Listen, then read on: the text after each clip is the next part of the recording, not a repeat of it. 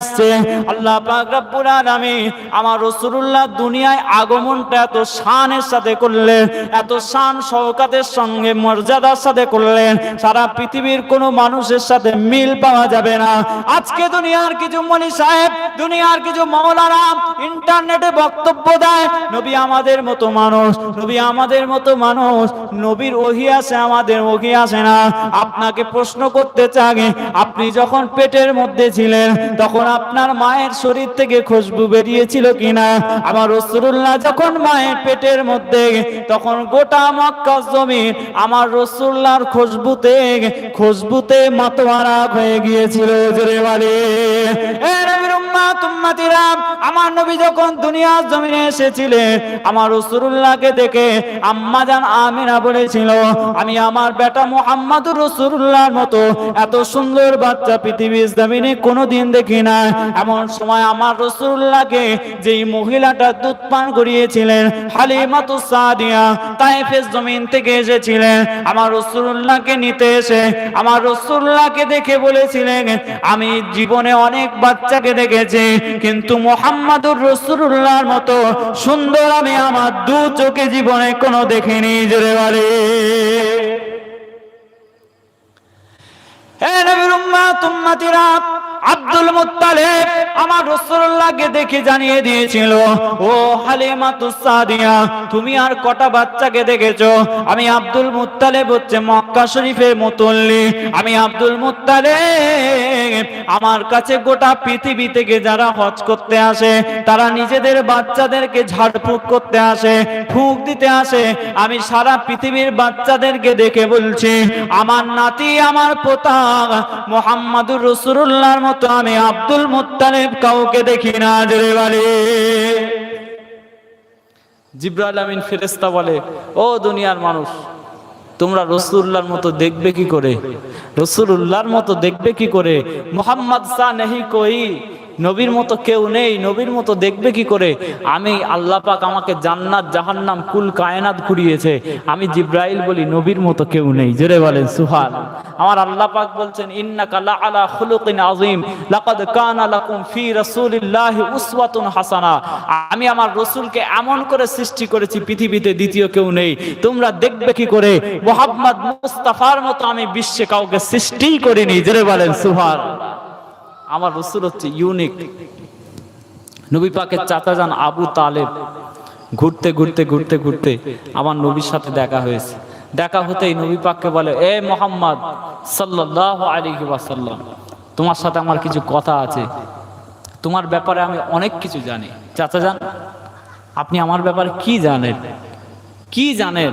Abdul Muttalib বলছে, তুমি যখন তোমার মায়ের পেটের মধ্যে ছিলে তখন তোমার মা রাস্তা দিয়ে হেঁটে হেঁটে যেত, আসমানের মেঘগুলো তোমার মাকে ছায়া করতো। জোরে বলেন সুবহানাল্লাহ।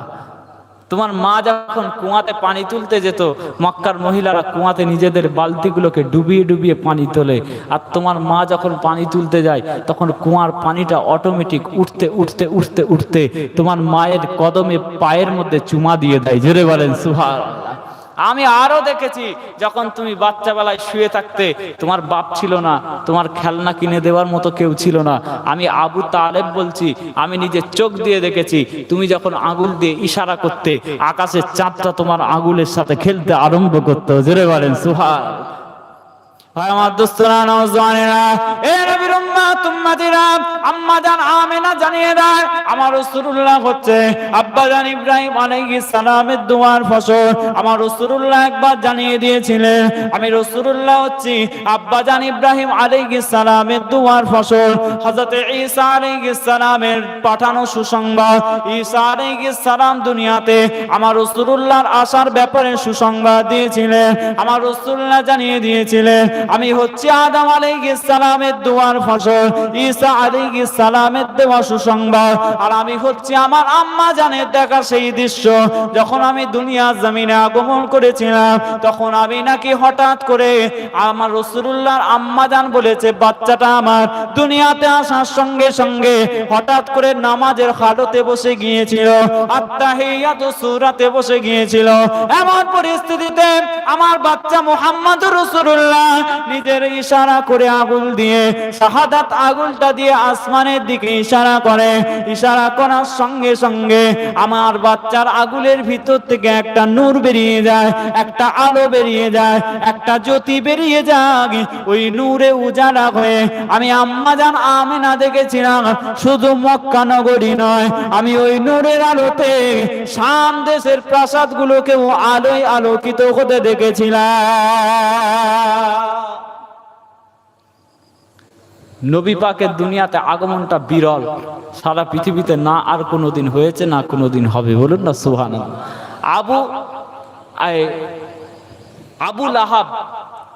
আবু লাহাব নবীর সাথে দুশ্মনী করত।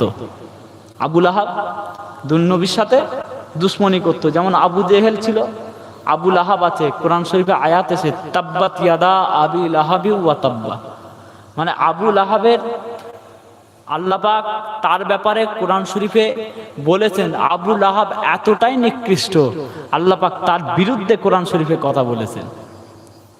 আবু লাহাবের হাত ধ্বংস হোক বলে আমার আল্লাহ পাক ঘোষণা করেছেন নবীর সাথে দুশ্মনী করার কারণে।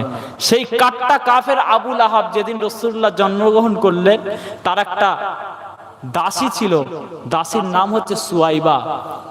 যখন ওই সুয়াইবা আব্দুল্লাহ রাদিয়াল্লাহু তাআলা আনহুর ঘর থেকে যখন খবরটা নিয়ে এলো আবু লাহাবের কাছে যে ও আবু লাহাব, তোমার ভাই আব্দুল্লাহর একটা বাচ্চা হয়েছে, ওই বাচ্চাটা ছেলে বাচ্চা। বলুন না সুবহানাল্লাহ। এই বলার সাথে সাথে আবু লাহাব হঠাৎ করে তার ওই দাসীকে এক ইশারাতে বলেছিল, যাও তুমি আমাকে এত বড় সুসংবাদ দিয়েছো যে আমাদের বাড়িতে একটা বাচ্চা ছেলে হয়েছে, এই সুসংবাদ দেওয়ার কারণে আমি তোমাকে আজ থেকে স্বাধীন করে দিলাম, আজাদ করে দিলাম। এই স্বাধীন করে দেওয়ার সঙ্গে সঙ্গে আবু লাহাব যখন মারা গেছে, হযরত আব্বাস রাদিয়াল্লাহু তাআলা আনহু স্বপ্নের মধ্যে দেখছে যে আবু লাহাব কবরের মধ্যে স্বপ্ন দেখছেন। হযরত আব্বাস রাদিয়াল্লাহু তাআলা আনহু জিজ্ঞাসা করলেন, হে আবু লাহাব, তুমি তো দুনিয়া থেকে নবীর জন্য দুশ্মনী করে চলে গেলে, এখন কি অবস্থা? বলছে, ভাই আমার অবস্থা খুব একটা ভালো নয়, সারা সপ্তাহ আযাব হয়, সারা সপ্তাহ কবরের মধ্যে আযাব হয়, কিন্তু সেই সারা সপ্তাহ আযাব হলেও যখন সোমবার আসে, মানে যেদিন আমার নবী জন্মগ্রহণ করেছে সোমবার, যেদিন সোমবার আসে, আমি আমার এই যে আঙুলটা দিয়ে ইশারা করে সুয়াইবাকে আজাদ করেছিলাম, ওই আঙুলের ভিতর থেকে একটা মিষ্টি জাতীয় তরল পদার্থ, একটা শরবত জাতীয় পদার্থ পাই, ওই আঙুলটা আমি চুষতে থাকি, আমার জানটা একটু আরাম হয়। কথা বুঝতে পারছেন না? কাট্টা কাফের নবীর সাথে দুশ্মনী করেছে, আল্লাহ পাক তার ব্যাপারে কোরআন শরীফে আয়াত নাজিল করেছে যে তার হাত ধ্বংস হোক, এত কড়া কথা আল্লাহ পাক বলেছেন। সেই কাট্টা কাফের নবীর জন্মের খুশিতে একজন দাসীকে আজাদ করে দিয়েছিল বলে প্রতি সোমবার, যেদিন রাসূলুল্লাহ জন্মগ্রহণ করেছেন, প্রতি সপ্তাহ সোমবার ও নিজের আঙ্গুলের ভিতর থেকে একটা শরবত পায়। বলবেন না সুবহানাল্লাহ? জোরে বলবেন না সুবহানাল্লাহ? আর আমরা তো নবীর মিলাদ করতে বসেছি, আল্লাহ পাক আমাদেরকে কি জাযা দিতে পারেন আল্লাহ পাক ভালো জানেন। বলেন না সুবহানাল্লাহ? জোরে বলেন সুবহানাল্লাহ। একবার মুহাব্বতে দরুদ শরীফ পড়েন, আল্লাহুম্মা সাল্লি আলা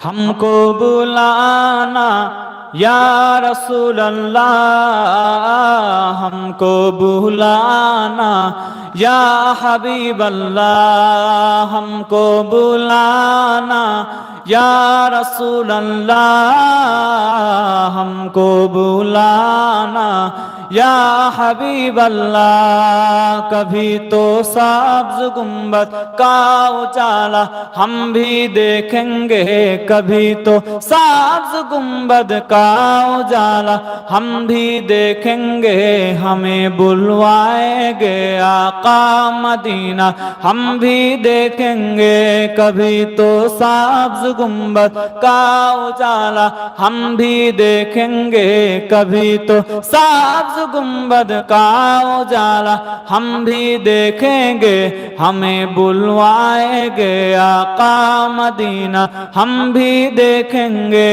हमको बुलाना या रसूल अल्लाह हमको बुलाना या रसूल अल्लाह हमको बुलाना या रसूल अल्लाह हमको बुलाना या हबीब अल्लाह हमको बुलाना या रसूल अल्लाह हमको बुलाना या हबीब अल्लाह। धड़क उठेगा ये दिल या धड़कना भूल जाएगा, धड़क उठेगा ये दिल या धड़कना भूल जाएगा। दिले बिस्मिल का उस दर पर तमाशा हम भी देखेंगे, दिले बिस्मिल का उस दर पर तमाशा हम भी देखेंगे।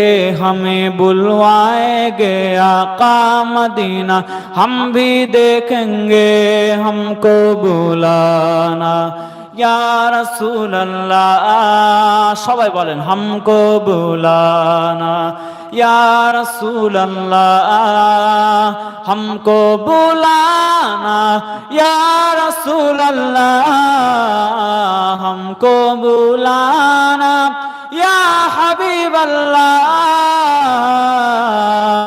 हमको बुलाना या रसूल अल्लाह। अदब से हाथ बांधे उनके रोज़े पर खड़े होंगे, अदब से हाथ बांधे उनके रोज़े पर खड़े होंगे। सुनहरी जालियों का वो नजारा हम भी देखेंगे, सुनहरी जालियों का वो नजारा हम भी देखेंगे। हमें बुलवाएंगे आका मदीना हम भी देखेंगे। कभी तो सब्ज़ गुंबद का उजाला हम भी देखेंगे, कभी तो सब्ज़ गुंबद का उजाला हम भी देखेंगे। हमें बुलवाएंगे आका मदीना हम भी देखेंगे, हमको बुलाना या रसूल अल्लाह हमको बुलाना या रसूल अल्लाह हमको बुलाना या रसूल अल्लाह हमको बुलाना या हबीब अल्लाह हमको बुलाना या रसूल अल्लाह। अल्लाहुम्मा सल्ली अला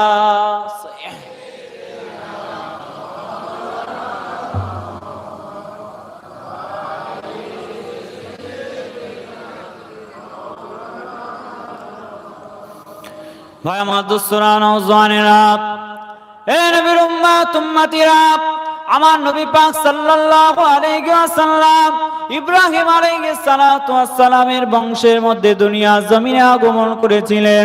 আব্বাজান ইব্রাহিম আলাইহিস সালাতু ওয়াস সালাম যেদিন কাবা শরীফটা নির্মাণ করলেন, কাবা শরীফ এমন একটা ঘর আল্লাহ পাক কোরআন শরীফে বলছে, ইন্না আউওয়ালা বাইতিন উদিয়া লিন-নাসি লাল্লাযী বিবাক্কাতা মুবারাকান ওয়া হুদাল লিল আলামিন। আমি আল্লাহ পাক রব্বুল আলামিন কাবা শরীফটাকে একটা বরকতময় ঘর করেছি। এই দুনিয়া জমিনে বাক্কা জমিনে আমি আল্লাহ পাক কাবা শরীফটাকে নির্মাণ করেছি। এই ঘরটা হচ্ছে বাক্কায় অবস্থিত। আল্লাহর কোরআনের ভাষায় হচ্ছে বাক্কা, আপনার আমার ভাষায় হচ্ছে মক্কা। এই মক্কা নগরী সারা পৃথিবীর সমস্ত শহরের মূল, সারা পৃথিবীর সমস্ত শহরের নেতা, সারা পৃথিবীর সমস্ত শহরের উৎস হচ্ছে মক্কা নগরী। কারণ এই শহরের মধ্যে মানুষের থাকার জন্য প্রথম ঘরটা আমার আল্লাহ পাক নির্মাণ করে দিয়েছিলেন। জোরে বলে এ নবীর উম্মত উম্মত উম্মতিরা, যখন ইব্রাহিম আলাইহিস সালাতু ওয়াস সালামের জামানায় যখন কাবা শরীফটা পুনরায় নির্মাণ করার জন্য প্রস্তাব এসে গেল, আমার আল্লাহ পাক যখন অর্ডার দিয়ে দিলেন, ও আমার ইব্রাহিম, তোমাকে এই কাবা শরীফটা আবারও নির্মাণ করতে হবে। এই কাবা শরীফটা ইব্রাহিম আলাইহিস সালাম নির্মাণ করতে আরম্ভ করলে, নির্মাণ করছেন কিছুটা পাঁচিল উঠে যাওয়ার সঙ্গে সঙ্গে তারপরে আর হাত মুবারকটা যাচ্ছে না, অনেকটা উঁচু হয়ে গিয়েছে। আপনার আমার এলাকার মিস্ত্রিরা যখন পাঁচিল তৈরি করে আস্তে আস্তে যখন উঁচু হয়ে যায়, তারপরে ভাড়া বাঁধে, ভাড়াতে পা দিয়ে উপরে উঠে আবার গাঁথনি আরম্ভ করে। আল্লাহ পাক রব্বুল আলামিন জান্নাত থেকে একটা পাথর পাঠিয়ে দিলেন, ওই পাথরটা নাম হচ্ছে মাকামে ইব্রাহিম পাথর। ওই পাথরটা পাঠিয়ে দেওয়ার সঙ্গে সঙ্গে আব্বাজান ইব্রাহিম আলাইহিস সালাম ওই পাথরের উপর দুটো পা দিয়ে দিলেন, ওই পাথরটা লিফটের মতো উপর দিকে উঠতে আরম্ভ করলো। জোরে বলে ও দুনিয়ার মুসলমান, আপনারা হয়তো ভাবতে পারেন আমি হঠাৎ করে কাবা শরীফের ইতিহাস কেন শুরু করলাম, কারণ এই কাবা শরীফের ইতিহাসের সঙ্গে আমার রাসূলুল্লাহর মিলাদুন নবীর সম্পর্ক রয়েছে, আমার রাসূলুল্লাহর মিলাদ শরীফের সম্পর্ক রয়েছে, আমার রাসূলুল্লাহ দুনিয়াতে শুভাগমনের সম্পর্ক রয়েছে। এই জন্য কাবা শরীফের ইতিবৃত্তটা আমি আপনাদেরকে বলতে বাধ্য হয়ে গেলাম। এ নবীর উম্মত উম্মতিরা, আব্বাজান ইব্রাহিম আলাইহিস সালাতু ওয়াস সালাম যখন মাকামে ইব্রাহিম পাথরের উপর দুটো পা দিলে, মাকামে ইব্রাহিম পাথরটা আস্তে আস্তে উপরের দিকে উঠতে আরম্ভ করলো। হযরত ইসমাঈল আলাইহিস সালাতু ওয়াস সালাম একটা একটা করে ছোট ছোট পাথর তুলে এনে আব্বাজানের হাতের মধ্যে দেন। আব্বাজান আস্তে আস্তে গাঁথতে আরম্ভ করে। জোরে বলে ছোট ছোট হাতে ছোট ছোট পায়ে ইসমাঈল আলাইহিস সালাম একটা একটা করে পাথর নিয়ে যায় আব্বাজানের হাতে তুলে দেয়। আর আব্বাজান ইব্রাহিম আলাইহিস সালাম আস্তে আস্তে আস্তে আস্তে গাঁথতে গাঁথতে গোটা কাবা শরীফটা নির্মাণ করা কমপ্লিট হয়ে গেল। বলুন না সুবহানাল্লাহ। আমার রাসূলুল্লাহ বলেছিলেন না, আমি হচ্ছে ইব্রাহিম আলাইহিস সালামের দোয়া। কোন দোয়া? ইব্রাহিম আলাইহিস সালাতু ওয়াস সালামের কোন দোয়া সেটা তো আপনাদেরকে জানতে হবে। কোন দোয়ার ফসল আমার রাসূলুল্লাহ সাল্লাল্লাহু আলাইহি ওয়াসাল্লাম আমার নবী পাক নিজে বলেছেন, আমি হচ্ছে ইব্রাহিম আলাইহিস সালাতু ওয়াস সালামের দোয়ার ফসল। কখন এই দোয়াটা চেয়েছিলেন? কখন নবীর মিলাদের জন্য, দুনিয়ায় আগমনের জন্য ইব্রাহিম আলাইহিস সালাম কখন এই দোয়াটা চেয়েছিলেন? আমার দোস্তরা, নওজওয়ানেরা, এ নবীর উম্মত উম্মতিরা, ইব্রাহিম আলাইহিস সালাতু ওয়াস সালাম গোটা কাবা শরীফটা নির্মাণ করে দিলেন। কাবা শরীফটা নির্মাণ হওয়ার সঙ্গে সঙ্গে আল্লাহ পাক রব্বুল আলামিন ইব্রাহিম আলাইহিস সালামকে ডেকে বললেন, ও আমার নবী ইব্রাহিম খলিলুল্লাহ, ও আমার নবী ইব্রাহিম খলিলুল্লাহ, আপনি এবার সারা পৃথিবীর মানুষকে ডাকেন, তারা যেন আমার এই ঘরটাতে হজ করতে আসে। ইব্রাহিম আলাইহিস সালাম আমার আল্লাহ পাকের পক্ষ থেকে ডাক দিলেন। ইব্রাহিম আলাইহিস সালাম ডাক দিয়ে বললেন, ও রব্বি আল্লাহ পাক, আমি এই মক্কা শরীফের মধ্যে দাঁড়িয়ে দাঁড়িয়ে, এই মক্কা শহরের মধ্যে দাঁড়িয়ে দাঁড়িয়ে আমি আমার গলার আওয়াজ দিয়ে ডাক দিলাম, কিন্তু এই আওয়াজটা কি সারা পৃথিবীর মানুষের কাছে পৌঁছবে? আমার আল্লাহ পাক বললেন, ও ইব্রাহিম, আমি তোমাকে ডাক দিতে বলেছি, পৌঁছানোর খবর তোমাকে নিতে হবে না। তোমাকে ডাক দিতে বলেছি, তুমি মক্কা শরীফ থেকে ডাক দেবে। আমি আল্লাহ পাক রব্বুল আলামিন তোমার ওই ডাকটা মায়ের পেটের বাচ্চাদের কানে তো পৌঁছে দেব। জোরে বলে শুধু মায়ের পেটের বাচ্চা নয়, আলামে আরওয়ার মধ্যে যে সমস্ত রূহগুলো রয়েছে, আগামী দিনে যারা দুনিয়া জমিনে আসবে, আমি তাদেরও কানে কানে আওয়াজ পৌঁছে দেব, যারা সেই সময় উত্তর দিয়ে উচ্চারণ করে বলবে, লাব্বাইক আল্লাহুম্মা লাব্বাইক, লাব্বাইক লা শারীকা লাক লাব্বাইক, ইন্নাল হামদা ওয়ান নি'মাতা লাকা ওয়াল মুলক লা শারীকা লাক লাব্বাইক বলে যারা সাড়া দিয়ে দেবে, আমি আল্লাহ পাক তাদের নসিবের মধ্যে, তাদের তকদিরের মধ্যে কাবা শরীফটাকে নিজের চামড়া চোখে দেখার ব্যবস্থা করে দেব। জোরে বলে এ নবীর উম্মত উম্মতিরা, এমন সময়তে কাবা শরীফটা নির্মাণ কমপ্লিট হয়ে গেল। আব্বাজান ইব্রাহিম আলাইহিস সালাতু ওয়াস সালাম কাবা ঘরটা তৈরি করলেন, কমপ্লিট হয়ে গেল।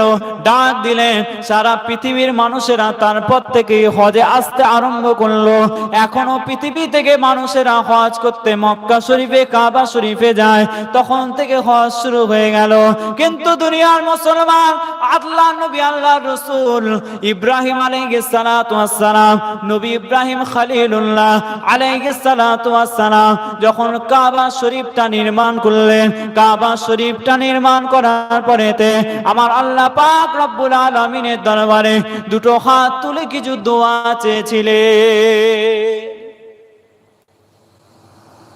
দুনিয়াতে যখন রাজমিস্ত্রি লাগান, আপনাদের বিল্ডিং করতে, বাড়ি করতে, ছাদ ঢালাই করতে, ঘর করতে, যখন রাজমিস্ত্রি লাগান, রাজমিস্ত্রি যখন কাজ করে, কাজ কাম হয়ে গেলে রাজমিস্ত্রি ফ্রিতে চলে যায় না কিছু পয়সা করি লাই? জোরে বলেন, ফ্রিতে কাজ করবে বলেন? স্কোয়ার ফুট হিসাব করে গুনে গুনে আপনাদের থেকে তারা তাদের হাদিয়াটা তো নেবেই, তারা তাদের পারিশ্রমিকটা নেবে। পারিশ্রমিকটা আপনার দেওয়া বাধ্যতামূলক, কারণ মিস্ত্রি সে তার ট্যালেন্ট দিয়ে কাজ করেছে। সবাই তো বললে সব কাজ করতে পারবে না, যে যার মিস্ত্রি সেই ভালো পারে। আপনার ঘর ঢালাই করেছেন, মিস্ত্রিকে ফ্রিতে করে দেয় না কিছু পয়সা দিতে হয়? পয়সা দিতে হয়। হযরত ইব্রাহিম খলিলুল্লাহ আলাইহিস সালাতু ওয়াস সালাম দুনিয়ার কোনো মানুষের ঘর ঢালাই করে না, আমার আল্লাহর ঘর তৈরি করেছে। জোরে বলেন সুবহান। তাহলে আল্লাহ কিছু মজুরি দেবে না? দেবে না?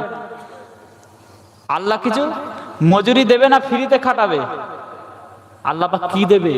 ইব্রাহিম আসলাম যা চাইবে আল্লাহ তাই দেবে। জোরে বলেন সুবহান। আরেকটু জোরে বলেন সুবহানাল্লাহ। এই সবাই ওয়াজ শুনছেন তো নাকি? আমি তো বুঝতে পারছি না, একটু তাকবীর দেন তো, নারে তাকবীর। চিন্তা করার কোনো দরকার নেই, নানাজান হুজুর কেবলা রাস্তাতেই আছেন, খুব তাড়াতাড়ি এসে আখেরি মুনাজাত করে দেবেন, চিন্তা করার দরকার নেই। যতটুকু কিছু কথা বলছি একটু শোনার চেষ্টা করেন। এই পিছনের ছেলেগুলো শুনছেন তো নাকি? একবার তোমরা তাকবীর দাও তো, নারে তাকবীর। বয়স্ক চাচাজিরা তো তোমাদেরকে হারিয়ে দিল, তোমরা জোয়ান ছেলেরা রক্ত গরম কি করলে? এবার আওয়াজ দাও নারে তাকবীর। আরেকটু আওয়াজ দাও নারে তাকবীর।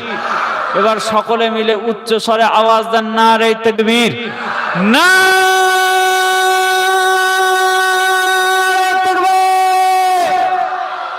জশ্নে ঈদে মিলাদুন নবী জলসা, জশ্নে ঈদে মিলাদুন নবী জলসা।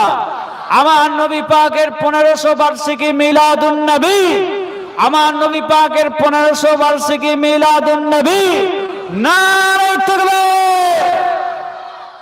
এই যে দেখছেন না, আই লাভ মুহাম্মদ সাল্লাল্লাহু আলাইহি সাল্লাম, যত নবীর নারা দেবেন তত কাফের মুশরিক মুনাফিকদের কলিজাতে আগুন জ্বলে যাবে। বলেন না সুবহানাল্লাহ।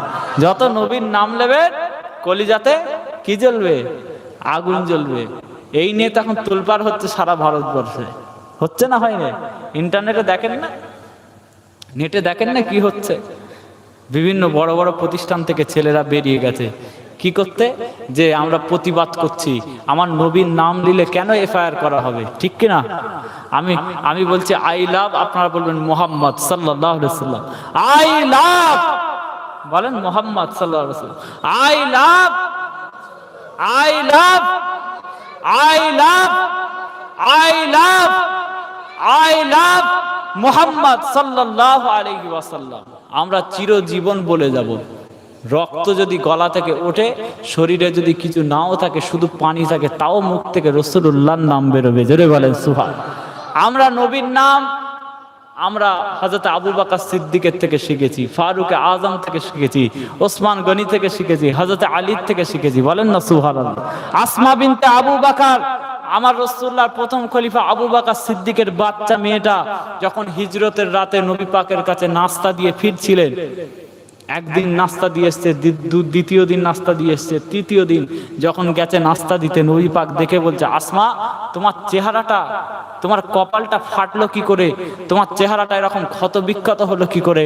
হযরতে আসমা বিনতে আবি বকর রাদিয়াল্লাহু তাআলা আনহা সেদিন আমার নবী পাককে বলেছিলেন, ইয়া রাসূলুল্লাহ, ইয়া হাবিবাল্লাহ, প্রথম দিনে যখন গারে সৌরের মধ্যে আমি গভীর কুচকুচে অন্ধকার রাত্রিতে বাড়ি থেকে নাস্তা তৈরি করে এনে আপনার কাছে এনে যখন হাজির হলাম, পাহাড় টপকে, পর্বত টপকে, পাথর টপকে, নদী টপকে, নালা টপকে যখন কুচকুচে অন্ধকারে আপনাকে দিয়ে ভোরবেলা ফিরছিলাম, আবু জেহেল আমাকে দেখে বলল, নিশ্চয়ই তুই মুহাম্মাদের কাছ থেকে ফিরছিস, মুহাম্মাদের ঠিকানাটা দে, আমি মুহাম্মাদকে গিয়ে হত্যা করব।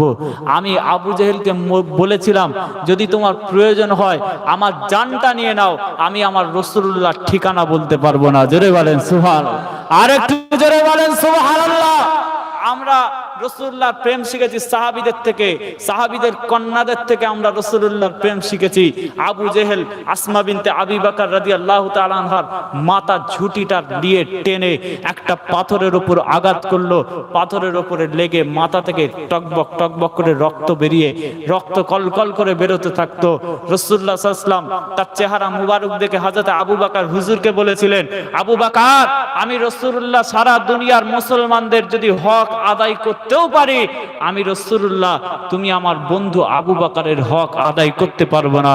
কাল কিয়ামতের ময়দানে তোমার হক আমার আল্লাহ আদায় করে দেবে। জোরে বলেন সুবহানাল্লাহ। আমরা দুনিয়ার কোন প্রেমিক প্রেমিকাদের কাছ থেকে প্রেম শিখিনি। উহুদের ময়দানে যখন আমার রাসূলুল্লাহ সাল্লাল্লাহু আলাইহি ওয়াসাল্লামের শরীরের মাথার মধ্যে যখন ওই লোহার কড়াটা ঢুকে গেল, লৌহ বর্ম শরীরের মধ্যে ছিল, মাথাতেও লোহার একটা বর্মর মধ্যে একটা হেলমেট থাকে, লোহার হেলমেট থাকে। যুদ্ধ আপনারা বিভিন্ন ছবিতে দেখেননি, যুদ্ধ হলে শরীরে সেই সময় লোহার পোশাক থাকতো, মাথাতে একটা লোহার হেলমেট থাকতো। রাসূলুল্লাহর লোহার হেলমেটের একটা দিক এই চোয়ালের মধ্যে ঢুকে গিয়েছিল।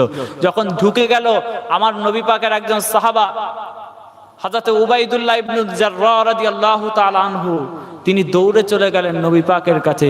রাসূলুল্লাহ চোয়াল থেকে ওই লোহার কড়াটা, মজবুত লোহাটা দাঁত দিয়ে টেনে বার করতে গিয়ে দুটো দান মুবারক শহীদ হয়ে গেল। হযরত উবাইদুল্লাহ ইবনে জাররাহ বললেন যে, আমার দুটো দাঁত তো কোনচার, আমার জানি তো রাসূলুল্লাহর কদমে কুরবান। জোরে বলেন সুবহানাল্লাহ। দুটো দাঁত শহীদ হয়ে গেল। আমার নবী পাক সাল্লাল্লাহু আলাইহি ওয়াসাল্লামের শরীর থেকে, মাথা থেকে লোহার হেলমেটটা টেনে বার করে ফেললেন। ভাই মা দোস্তরা, নওজওয়ানেরা, এ নবীর উম্মত উম্মতিরা, আমরা নবী পাকের প্রেম শিখেছি দুনিয়ার কোন মানুষের কাছে নয়, আমরা রাসূলুল্লাহর প্রেম শিখেছি দুনিয়ার কোন রাজনৈতিক নেতার কাছ থেকে নয়, আমরা রাসূলুল্লাহর প্রেম শিখেছি দুনিয়ার কোন প্রেমিক প্রেমিকার কাছে নয়, আমরা রাসূলুল্লাহর প্রেম শিখেছি ওয়াইস কারণীর কাছে, রাসূলুল্লাহর প্রেম শিখেছি আল্লাহর ওলিদের কাছে, রাসূলুল্লাহর প্রেম শিখেছি আবু বকর সিদ্দিকের কাছে, রাসূলুল্লাহর প্রেম শিখেছি মালিক ইবনে সিনান রাদিয়াল্লাহু তাআলা আনহুর কাছে। হযরত মালিক ইবনে সিনান রাদিয়াল্লাহু তাআলা আনহু দৌড়ে চলে গেলেন, আমার রাসূলুল্লাহ চোয়াল মোবারক থেকে কলকল করে রক্ত বের হচ্ছে। হযরত মালিক ইবনে সিনান রাসূলুল্লাহ চোয়াল মোবারকের মধ্যে মুখ মোবারক দিয়ে ওই রক্তগুলো কলকল কলকল করে রক্তটাকে পান করে নিলেন। পান করার সঙ্গে সঙ্গে আমার রাসূলুল্লাহ ডেকে বললেন, হে মালিক ইবনে সিনান, দুনিয়া জমিনে কোনো মানুষের রক্ত পান করা তো জায়েজ নয়, দুনিয়া জমিনে রক্ত পান করা হচ্ছে হারাম, কিন্তু তুমি যখন আমি রাসূলুল্লাহ আমার রক্তটা পান করে নিয়েছো, আমি রাসূলুল্লাহ জানিয়ে দিলাম আজ থেকে তোমার জন্য আল্লাহ পাক জাহান্নামের আগুনকে হারাম বানিয়ে দিয়েছে। জোরে বলে আর জোরে বলেন সুবহানাল্লাহ। এ নবীর উম্মত উম্মতিরা, পৃথিবীর মানুষ আমাদেরকে হিংসা করে নবীর প্রেমের জন্য, পৃথিবীর মানুষ আমাদেরকে হিংসা করে রাসূলুল্লাহর প্রেমের জন্য। কেন তোমরা নবী নবী করবে, কেন নবী নবী করবে না? কে আছে রাসূলুল্লাহর মতো, কে আছে আমিনার লালের মতো, কে আছে মুস্তাফার মতো, কে আছে মুস্তাফা জানের রহমতের মতো, কে আছে আফতাবে নবুয়তের মতো, কে আছে শাহনশাহে রিসালাতের মতো, কে আছে রাসূলুস সাকালাইনের মতো, কে আছে ইমামুল হারামাইনের মতো, কে আছে আমার রাসূলুল্লাহর মতো? মক্কার কাফেরেরা একজন লোককে পাঠিয়ে দিল, মদিনায় চলে যাও, মদিনায় গিয়ে আমার রাসূলুল্লাহর অবস্থা জেনে এসো।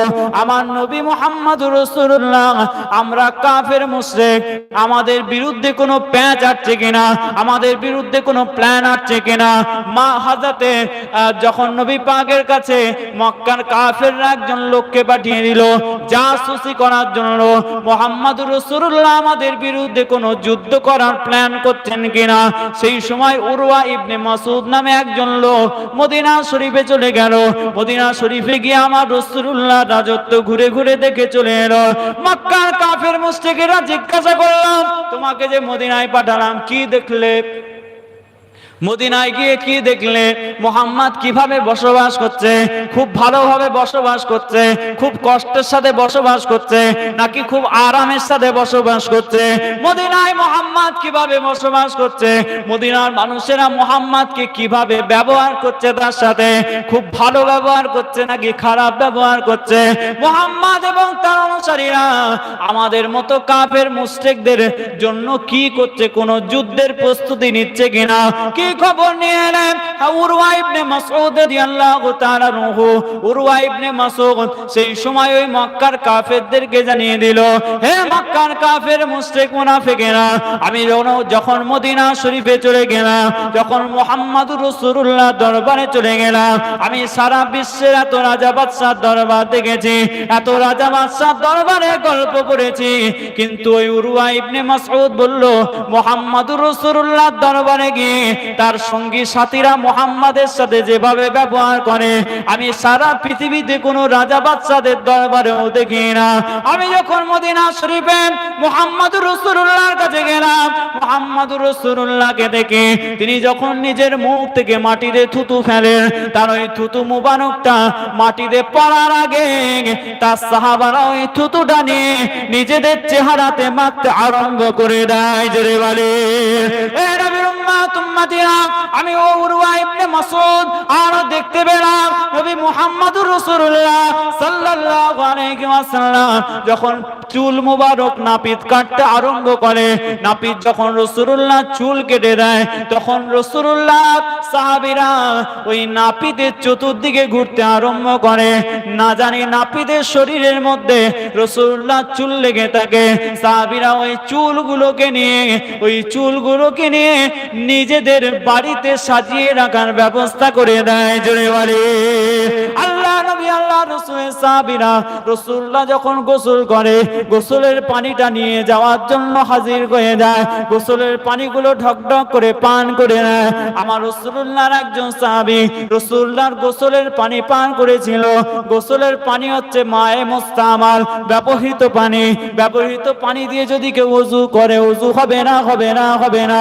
আল্লাহ নবী আল্লাহ রাসূলের সাহাবী আমার রাসূলুল্লাহর গোসলের পানিটা ঢকঢক করে পান করে ফেললে। আল্লাহ নবী আল্লাহ রাসূল বলে দিলেন, তুমি যখন আমার গোসলের পানিটা পান করে ফেলেছো, আমি রাসূলুল্লাহ বললাম তোমার জন্য আল্লাহ পাক জাহান্নামকে হারাম বানিয়ে দিয়েছে। জোরে বলে আল্লাহ নবী আল্লাহ রাসূলের দাসী, তার নাম হচ্ছে উম্মে আইমান। উম্মে আইমান সকালবেলা ঘুম থেকে উঠেছে, আমার নবী পাক সাল্লাল্লাহু আলাইহি ওয়াসাল্লাম বললে, আমার ওই ঘরের একটা কোণে একটা পাত্রের মধ্যে রাত্রেবেলা পেশাব করেছিলাম, ওই পেশাবটা রাখা রয়েছে, বাইরে গিয়ে একটু ফেলে দাও। উম্মে আইমান চলে এলো আমার রাসূলুল্লাহর কাছে, ইয়া রাসূলুল্লাহ, ইয়া হাবিবাল্লাহ, আপনার ওই পাত্রের মধ্যে পেশাব ছিল আমি জানি না। গভীর রাতের মধ্যে ঘুমটা ভেঙে গেল, বড় তৃষ্ণা পেয়ে গেল। আমি ওই পাত্রটা মুখে দিয়ে রেখে পাত্রের তরল পদার্থটা মধুর থেকে মিষ্টি বড় শরবতের মতো পান করতে লাগলো। আমি পান করে নিলাম। আল্লাহ নবী আল্লাহ রাসূলের এত সুন্দর করে মুচকি হাসলেন, দাঁত মুবারক বেরিয়ে গেল।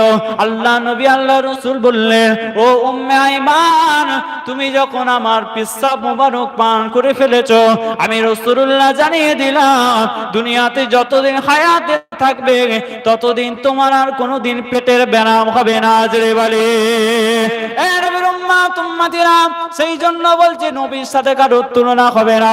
কে আছে মুস্তাফার মতো, কে আছে আমিন আল্লাহর মতো, কে আছে সরওয়ারে দু আলমের মতো, কে আছে আফতাবে শরিয়াত খাতমে নবুয়তের মতো।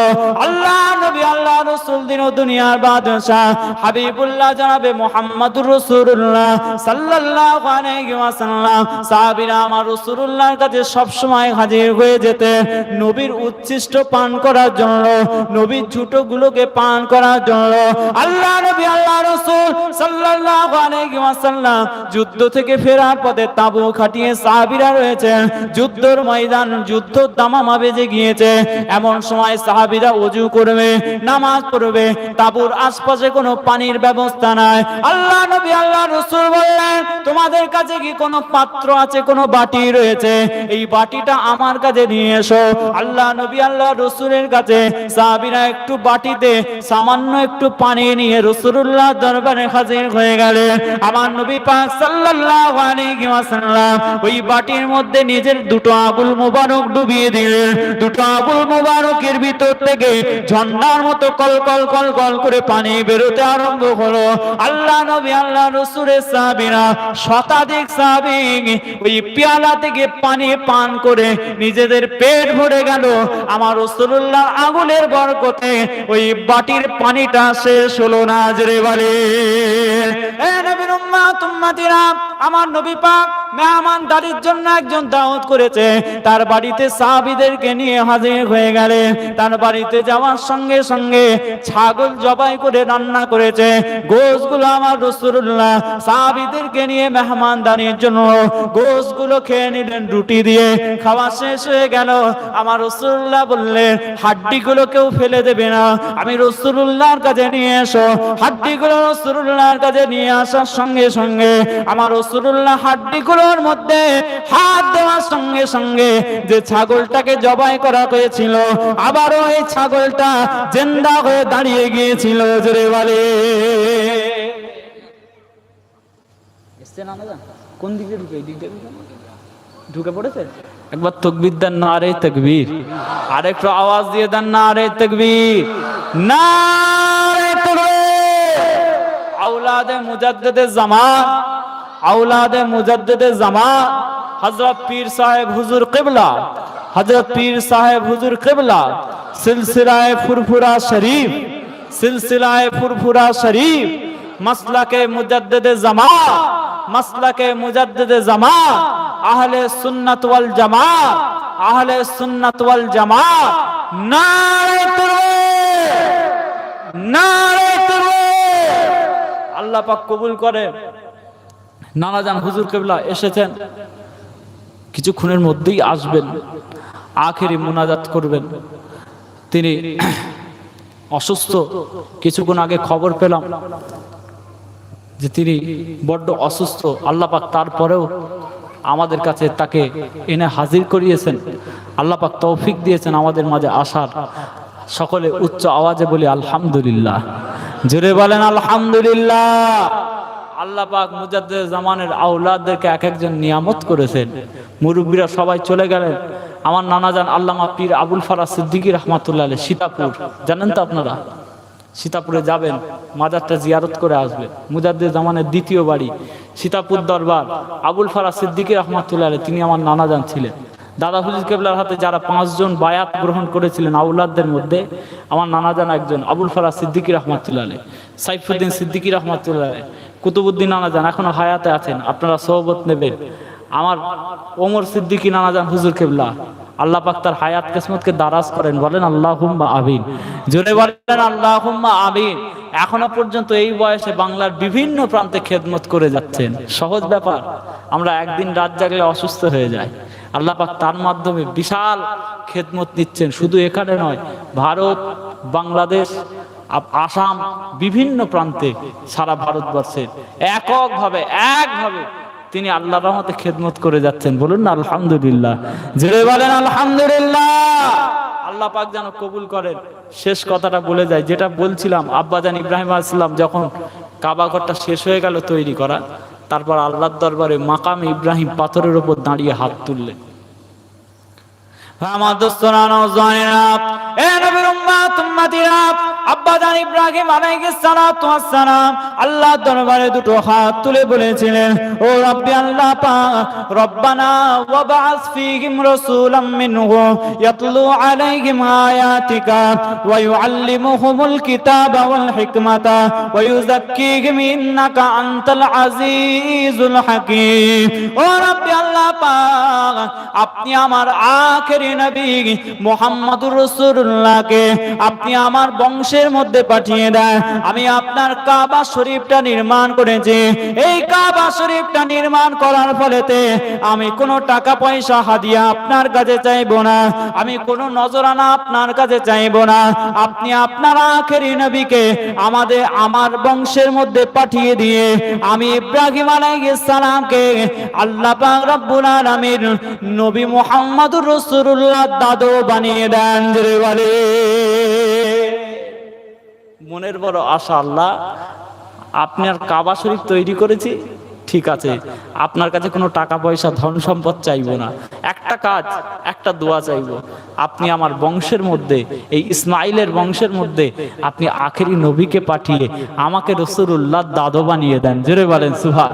কাল কিয়ামতের ময়দানে যখন আপনি মানুষকে ফুলান ইবনে ফুলান ইবনে ফুলান ইবনে ফুলান বলে ডাকবেন, অমুকের বেটা অমুক, অমুকের বাপ অমুক বলে ডাকবেন, তখন আমি রাসূলুল্লাহ, আমি ইব্রাহিম খলিলুল্লাহকে আপনি ইসমাইলের বাপ বলে ডাকবেন না, মুহাম্মদ মুস্তাফার দাদু বলে ডাকবেন। জোরে বলেন সুবহানাল্লাহ। তো রাসূলুল্লাহ দুনিয়াতে আগমন মিলাদের দোয়া করা হয়েছিল ওই মাকামে ইব্রাহিম পাথরের সামনে ওপরে দাঁড়িয়ে, ওই জন্য মাকামে ইব্রাহিম পাথরের ইজ্জত লেগে গেল। নবী পাক নবীদের পা কত পাথরে ঠেকেছে, সব পাথর তো ইজ্জত পায়নি বলেন। নবীদের জীবনযাপন করতে গেলে পাহাড়ি এলাকা কত পাথরে পা ঠেকেছে, সব পাথর কি ওই ইজ্জত পেয়েছে যেই ইজ্জত মাকামে ইব্রাহিম পেয়েছে? আপনি হজে যান, উমরায় যান, কাবা শরীফের চত্বরে একটা সোনালী জালির ভিতরে মাকামে ইব্রাহিম পাথরটা দেখতে পাবেন, তার উপর ইব্রাহিম আসলামের পায়ের ছাপ পড়ে গেছে। ওই পাথরটার উপর দাঁড়িয়ে নবীর জন্য দোয়া করা হয়েছিল, ইয়াদগারে দুআয়ে মিলাদে মুস্তাফা, রাসূলুল্লাহ দুনিয়াতে আগমন, জন্ম, মিলাদের জন্য ওই পাথরের উপর দোয়া করা হয়েছিল। ওই জন্য আল্লাহ পাক বললেন, কোরআন শরীফে এসেছে, ওয়াত্তাখিযু মিন মাকামে ইব্রাহিম মুসাল্লা, তোমরা ওই মাকামে ইব্রাহিম পাথরটা সামনেটার জায়গাটা তোমরা নামাজের জায়গা বানিয়ে নাও। বলুন সুবহানাল্লাহ। কেন আল্লাহ ওই পাথরের সামনেটা কেন নামাজের জায়গা বানাবো? এই জন্য নামাজের জায়গা বানাবে, কারণ ওই পাথরের উপর নবীর মিলাদের দোয়া চাওয়া হয়েছে। জোরে বলেন সুবহানাল্লাহ। ইজ্জত বেড়ে গেছে। ওই পাথরের সামনে নামাজ না পড়লে আমি তোমাদের তওয়াফকে কবুল করব না। কাবা শরীফে গেলে 7 চক্কর তওয়াফ দিতে হয় না, হয় না বলেন? 7 চক্কর তওয়াফ, এই তওয়াফের পরেতে ওই মাকাম ইব্রাহিম পাথরের সামনে যে 2 রাকাত নামাজ পড়তে হয়। আল্লাহ পাক বললেন, এই 2 রাকাত নামাজ যদি মাকাম ইব্রাহিম পাথরের সামনে না পড়ো, আমি তোমার তওয়াফকে কবুল করবে না। কেন আল্লাহ, কি সম্পর্ক এই পাথরের সাথে তওয়াফের? আল্লাহ পাক বলেন, ওই পাথরে আমার কাবা ঘর তৈরি হয়েছে, আমার নবীর জন্য দোয়া চাওয়া হয়েছে। জোরে বলেন সুবহান। আপনি মিলাদুন নবীর মজলিসে বসেছেন, একটা বড় মৌলভী সাহেব এসে ফতোয়া দিয়ে দিল মিলাদুন নবী বেদাত। কি মিলাদুন নবী বেদাত, মিলাদুন নবী চলবে না, নাজায়েজ, তাই তো? আল্লাহ পাক ওই আলেমেরই না জানতে সারা পৃথিবীর সমস্ত দলমতের মানুষ, সে তবলিগ জামাত হোক, বেরেলভি হোক, আহলে হাদিস হোক, আজানগাছি হোক, ফুরফুরা সিলসিলা হোক, আর যাই হোক, প্রত্যেকটা জামাতের লোককেই হজে গেলে আল্লাহ পাক তার ঘাড় ধরে ওই পাথরের সামনে নামাজ পড়ান, যেই পাথরে নবীর মিলাদের দোয়া করা হয়েছে। জোরে বলেন সুবহান। তো তুমি মিলাদ মানো চাই না মানো, আল্লাহ পাক তোমার ঘাড়কে দিয়ে মানিয়ে দেবে। কথা বুঝতে পারছেন না? ওই পাথরে নবীর মিলাদের দোয়া হয়েছে, নবীর দুনিয়াতে শুভাগমনের দোয়া হয়েছে। বলুন না সুবহানাল্লাহ। ভাই আমার দোস্তরা, নওজওয়ানেরা, এ নবীর উম্মত উম্মতিরা, দুনিয়ার জমিনে আমার রাসূলুল্লাহর মিলাদ, আমার নবী পাকের মিলাদ, দুনিয়ার জমিনে যত ফতোয়া দেওয়া হোক না কেন, আল্লাহ পাক রব্বুল আলামিন কোরআন শরীফের মধ্যে জানিয়ে দিয়েছেন, ওয়া ইয আখাযাল্লাহু মিসাকান নাবিয়িনা লামা আতাইতুকুম মিন কিতাবিন ওয়া হিকমাতিন সুম্মা জাআকুম রাসূলুম মুসাদ্দিকুল লিমা মাআকুম। আল্লাহ পাক রব্বুল আলামিন কোরআন শরীফের মধ্যে জানিয়ে দিয়েছেন, যখন দুনিয়ার কোনো মানুষেরা দুনিয়ার জমিনে আসে না, যখন দুনিয়ার মানুষেরা দুনিয়ার জমিনে পদার্পণ করে না, শুধু মানুষেরা নয়, আব্বাজান আদমও যখন দুনিয়ার জমিনে আসে না, তখন আমার আল্লাহ পাক রব্বুল আলামিন আলামে আরওয়াতে, রূহের জগতে আমার আল্লাহ পাক একটা জলসা করেছিলেন, আমার আল্লাহ পাক একটা মাহফিল করেছিলেন। ওই মাহফিলটা কাদের মাহফিল ছিল? আল্লাহ পাক সারা পৃথিবীর সমস্ত নবী রাসূল পয়গম্বরদের রূহ মুবারক গুলোকে নিয়ে আল্লাহ পাক একত্রিত করে একটা জলসা করলেন, একটা মাহফিল করলেন। কিসের মাহফিল? কিসের মাহফিল? ওই মাহফিলের মধ্যে আমার আল্লাহ পাক রব্বুল আলামিন নবীদের রূহগুলোর কাছ থেকে ওয়াদা নিয়ে নিলেন, ওয়া ইয আখাযাল্লাহু মিসাকান নাবিয়িনা লামা আতাইতুকুম মিন কিতাবিন ওয়া হিকমাতিন সুম্মা জাআকুম রাসূলুম মুসাদ্দিকুল লিমা মাআকুম লাতু'মিনুন্না বিহি ওয়া লাতানসুরুন্নাহু ক্বালা আকরারতুম ওয়া আখাযতুম আলা যালিকুম ইসরা ক্বালু আকরারনা ক্বালা ফাশহাদু ওয়া আনা মাআকুম মিনাশ শাহিদিন। আল্লাহ পাক রব্বুল আলামিন কোরআন শরীফের মধ্যে জানিয়ে দিলেন, আমি আমার নবী রাসূলদের রূহগুলোকে আলামে আরওয়ার মধ্যে একটা মজলিস তৈরি করলাম। কেন করলাম?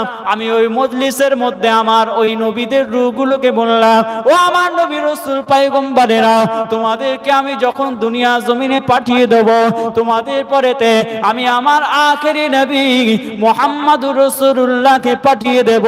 আমি যখন আমার আখেরি নবীকে দুনিয়ায় পাঠাবো, তোমরা কি আমার আখেরি নবীকে মেনে নেবে?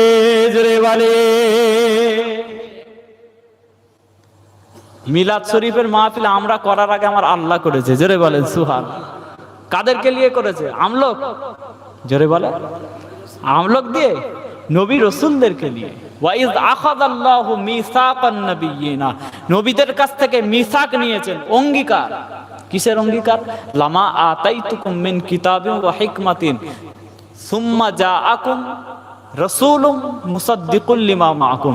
তোমাদের কাছে আমি যে কিতাব এবং হিকমাত পাঠিয়েছি, এই হিকমাত এবং কিতাবের সত্যায়নকারী রূপে সর্বশেষে আমি আমার হাবিবুল্লাহ মুহাম্মদ মুস্তাফাকে পাঠাবো। জোরে বলেন সুবহান। যদি তোমরা দুনিয়ায় থাকতে থাকতে নবী চলে আসে, মুস্তাফা চলে আসে, আমিনার লাল চলে আসে, মদিনার দুলাল যদি তোমাদের কাছে চলে আসে, তোমরা কি মেনে নেবে? নবী রাসূলদেরকে আল্লাহ পাক বললেন, আকরারতুম ওয়া আখাযতুম আলা যালিকুম ইসরা ক্বালু আকরারনা। আল্লাহ পাক বলছেন, তোমরা কি মেনে নেবে আমার হাবিবুল্লাহকে? সবাই একসাথে নবী রাসূলরা 1,24,000 মতান্তরে 2,24,000 নবী রাসূলরা চিৎকার দিয়ে বলল, আকরারনা, আল্লাহ আমরা সবাই মেনে নিলাম। জোরে বলেন সুবহান। তাহলে এক কাজ করো, ফাশহাদু ওয়া আনা মাআকুম মিনাশ শাহিদিন। তোমরাও সাক্ষী থাকো আর আমি আল্লাহ তোমাদের পক্ষ থেকে সাক্ষী থাকলাম। জোরে বলেন সুবহান। তা নবীর মজলিস, নবীকে কেন্দ্র করে মজলিস, মুহাম্মদ মুস্তাফাকে কেন্দ্রবিন্দু করে রাসূলুল্লাহর বিষয়ে মজলিস আমরা করেছিলাম, আল্লাহ করেছে? বলেন, আমরা সর্বপ্রথম করেছিলাম না আমার আল্লাহ সর্বপ্রথম করেছিলেন? জোরে বলে। শুধু আল্লাহ এই নবীর ব্যাপারে মজলিস করে পৃথিবীর সমস্ত নবী রাসূলদের কাছ থেকে রাসূলুল্লাহর ব্যাপারে অঙ্গীকার নিয়েছিলেন। আর নবী পাক সাল্লাল্লাহু আলাইহি ওয়াসাল্লাম নিজে নিজের জন্ম বৃত্তান্ত আলোচনার মজলিস করেছেন মসজিদে নববী শরীফে। সাহাবায়ে কেরামও রাসূলুল্লাহর আলোচনার মজলিস করেছে। বলেন সুবহানাল্লাহ। ভাই আমার দোস্তরা, নওজওয়ানেরা, এ নবীর উম্মত উম্মতিরা, আল্লাহ নবী, আল্লাহ রাসূল, দিন ও দুনিয়ার বাদশা হাবিবুল্লাহকে জানাবে মুহাম্মাদুর রাসূলুল্লাহ সাল্লাল্লাহু আলাইহি ওয়াসাল্লাম মদিনার মসজিদে নববী শরীফে নিজের হুজরা মুবারক থেকে হঠাৎ করে বাহির হলেন। বাহির হয়ে দেখছেন আবু বকর সিদ্দিক হুজুর সহ অনেক সাহাবারা বসে বসে পৃথিবীর নবী রাসূলদের আলোচনা করছে। হযরত আবু বকর সিদ্দিক সহ সমস্ত সাহাবীরা রাসূলুল্লাহর ব্যাপারেও আলোচনা করছে। আল্লাহ রাসূল সাল্লাল্লাহু আলাইহি ওয়াসাল্লাম শুনতে আরম্ভ করলেন। সাহাবীরা বলছেন ও আল্লাহ পাক রব্বুল আলামিন পৃথিবীর জমিনে নবী রাসূলদেরকে কত মর্যাদা দিয়েছেন। সাহাবীরা আলোচনা করছে আল্লাহ পাক হযরত আদম আলাইহিস সালামকে শাফিউল্লাহ লাকাব দিয়েছেন, ঈসা আলাইহিস সালামকে রূহুল্লাহ লাকাব দিয়েছেন, ইব্রাহিম আলাইহিস সালামকে খলিলুল্লাহ লাকাব দিয়েছেন, ইসমাঈল আলাইহিস সালামকে যাবিহুল্লাহ লাকাব দিয়েছেন। আল্লাহ পাক রব্বুল আলামিন মুসা আলাইহিস সালামকে এত নিয়ামত দিয়েছেন, আল্লাহর সাথে কথাবার্তা বলতে পারে। মুসা আলাইহিস সালামকে আল্লাহ পাক মুসা কালিমুল্লাহ লাকাব দিয়েছেন। এ নবীর উম্মতিরা এইভাবে সাহাবায়ে কেরাম আলোচনা করছে। হঠাৎ করে আমার রাসূলুল্লাহ সাহাবাদের মধ্যে হাজির হয়ে যায়। আমার রাসূলুল্লাহ হাজির হওয়ার সঙ্গে সঙ্গে সাহাবায়ে কেরামেরা চুপ করে দেয়। আমার রাসূলুল্লাহ সমস্তটা শুনেছেন সাহাবারা কি আলোচনা করে।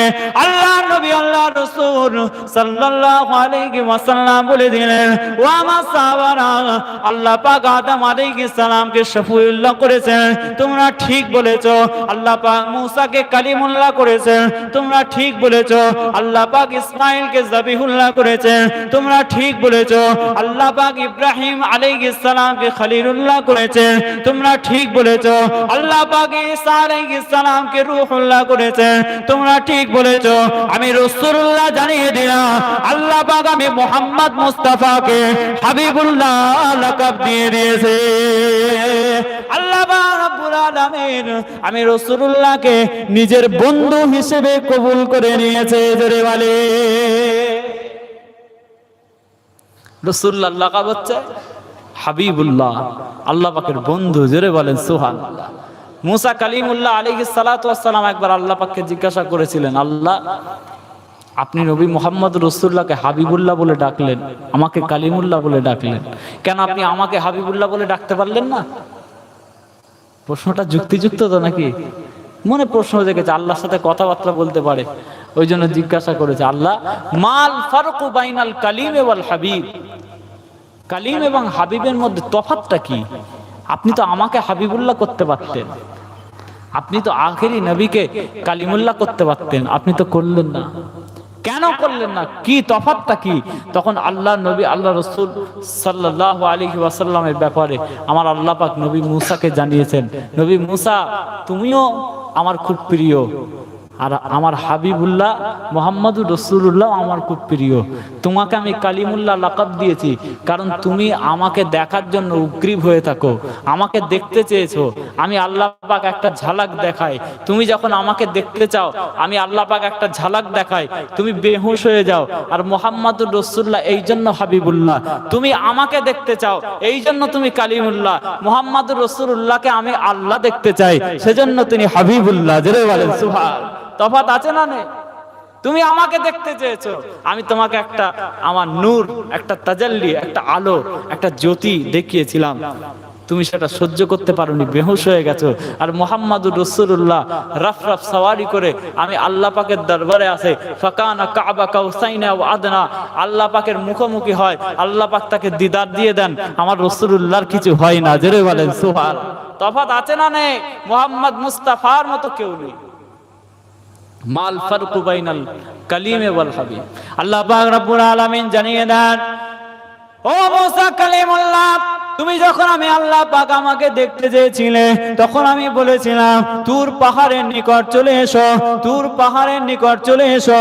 আমি আল্লাহ পাক তোমাকে একটা তাজাল্লি দেখিয়েছিলাম, তোমাকে একটা তাজাল্লি দেখিয়েছিলাম। তুমি নিজে পায়ে হেঁটে হেঁটে হেঁটে হেঁটে তুর পাহাড়ে চলে এসে আমাকে দেখতে চেয়েছিলে, কিন্তু মুহাম্মদুর রাসূলুল্লাহ আমার এই জন্য হাবিব, কারণ মুহাম্মদুর রাসূলুল্লাহকে আমি আল্লাহ পাক যখন দেখতে চাই নিজে পায়ে হেঁটে হেঁটে আসতে হয় না, আমি বোরাক সাওয়ারি পাঠিয়ে দিই, বোরাক সাওয়ারির পরে মেরাজ নামক সিঁড়ি পাঠিয়ে দিই, মেরাজ নামক সিঁড়ির পরে রাফরাফ সাওয়ারি পাঠিয়ে দিই, রাফরাফ সাওয়ারির পরে সাব আমার ফেরেশতাদের ডানার মধ্যে চড়ে আমার রাসূলুল্লাহ ফাকানা কাবা কাউসাইনা ওয়া আদনা, আমার রাসূলুল্লাহ মাকামে মাহমুদের মধ্যে আমার রাসূলুল্লাহ ফাকানা কাবা কাউসাইনা ওয়া আদনা, আমি আল্লাহ পাক আমার দিদারের সমতুল্য জায়গাতে পৌঁছে যায়। জোরে বলে এই রকম আমি আমার রাসূলুল্লাহকে ইজ্জত দিয়েছি। মাল ফারকু বাইনাল কালিমি ওয়াল হাবিব, তোমার সাথে আমার রাসূলুল্লাহর অনেক পার্থক্য আছে, কারণ তুমি আমাকে দেখতে চাও, আমি আমার নবীকে দেখতে চাই। দুটোর মধ্যে পার্থক্য আছে না নাই? দুটোর মধ্যে পার্থক্য আছে। মুসা কালিমুল্লাহ তখন থেকে সান্ত্বনা পেলেন, ঠিক আছে আমি আমার লাকাব মেনে নিলাম, কারণ মুহাম্মদুর রাসূলুল্লাহর মতো সমতুল্য সারা বিশ্বে কেউ নেই। জোরে বলেন সুবহানাল্লাহ। সারা পৃথিবীতে আল্লাহ পাক কাউকে রাসূলুল্লাহ সমতুল্য তৈরি করেনি। সেই জন্য আমরা নবীর মজলিসে বসে নবীর আলোচনার মাধ্যমে, নবীর জীবন বৃত্তান্তর মাধ্যমে আমরা একটু বরকত গ্রহণ করছি। আমরা কি গ্রহণ করছি? একটু বরকত গ্রহণ করছি। আল্লাহ পাকের দরবারে আমরা একটু আশা করছি যেন এই মিলাদুন নবীর ওসিলায় আল্লাহ পাক আমাদের সকলকে মাফ করে দেন। বলেন না আল্লাহুম্মা আমিন। আল্লাহ পাক যেন আমাদের সকলকে নিয়ামতের পরিপূর্ণ করে দেয়। বলেন না আল্লাহুম্মা আমিন। জোরে বলেন আল্লাহুম্মা আমিন। উচ্চ আওয়াজে মোহাব্বতে দুরূদ শরীফ পড়েন। আল্লাহুম্মা সাল্লি আলা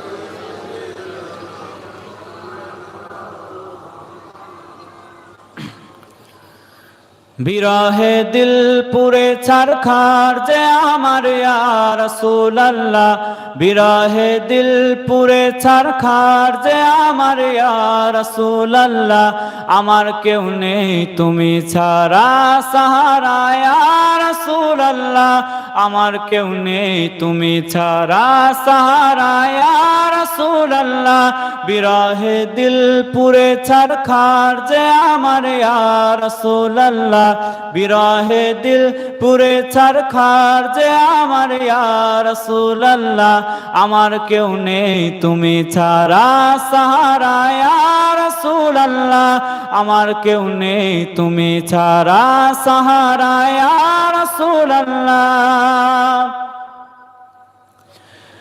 কত জনে দেখে তোমায় কলিজা শীতল হয়ে যায়, কত জনে দেখে তোমায় কলিজা শীতল হয়ে যায়, আমাকে দাও না দিদার একবার ইয়া রাসূলুল্লাহ, আমাকে দাও না দিদার একবার ইয়া রাসূলুল্লাহ, আমার কেউ নেই তুমি ছাড়া সাহারা ইয়া রাসূলুল্লাহ, আমার কেউ নেই তুমি ছাড়া সাহারা ইয়া রাসূলুল্লাহ, বিরহে দিল পুড়ে ছারখার যে আমার ইয়া রাসূলুল্লাহ, বিরহে দিল পুড়ে ছারখার যে আমার ইয়া রাসূলুল্লাহ, আমার কেউ নেই তুমি ছাড়া সাহারা ইয়া রাসূলুল্লাহ।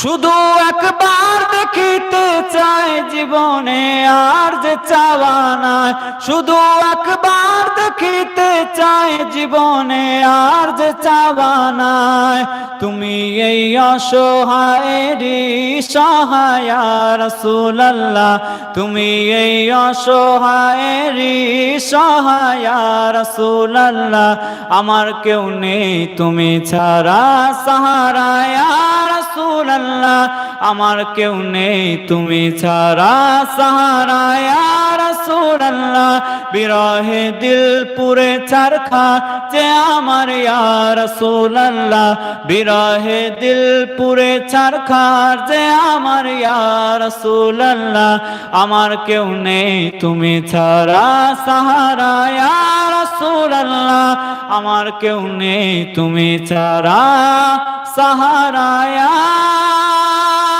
রাসূলুল্লাহ। আল্লাহুম্মা সাল্লি আলা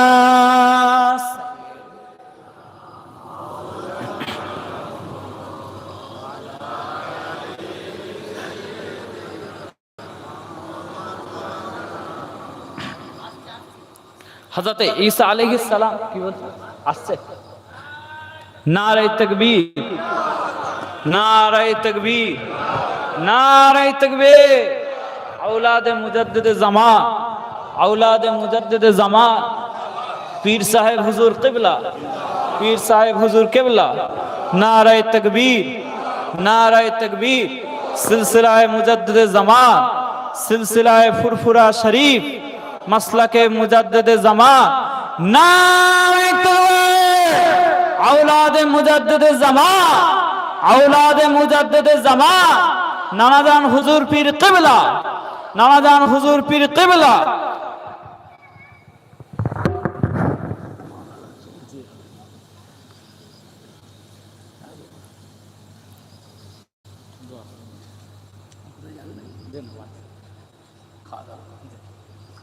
আসসালামু আলাইকুম।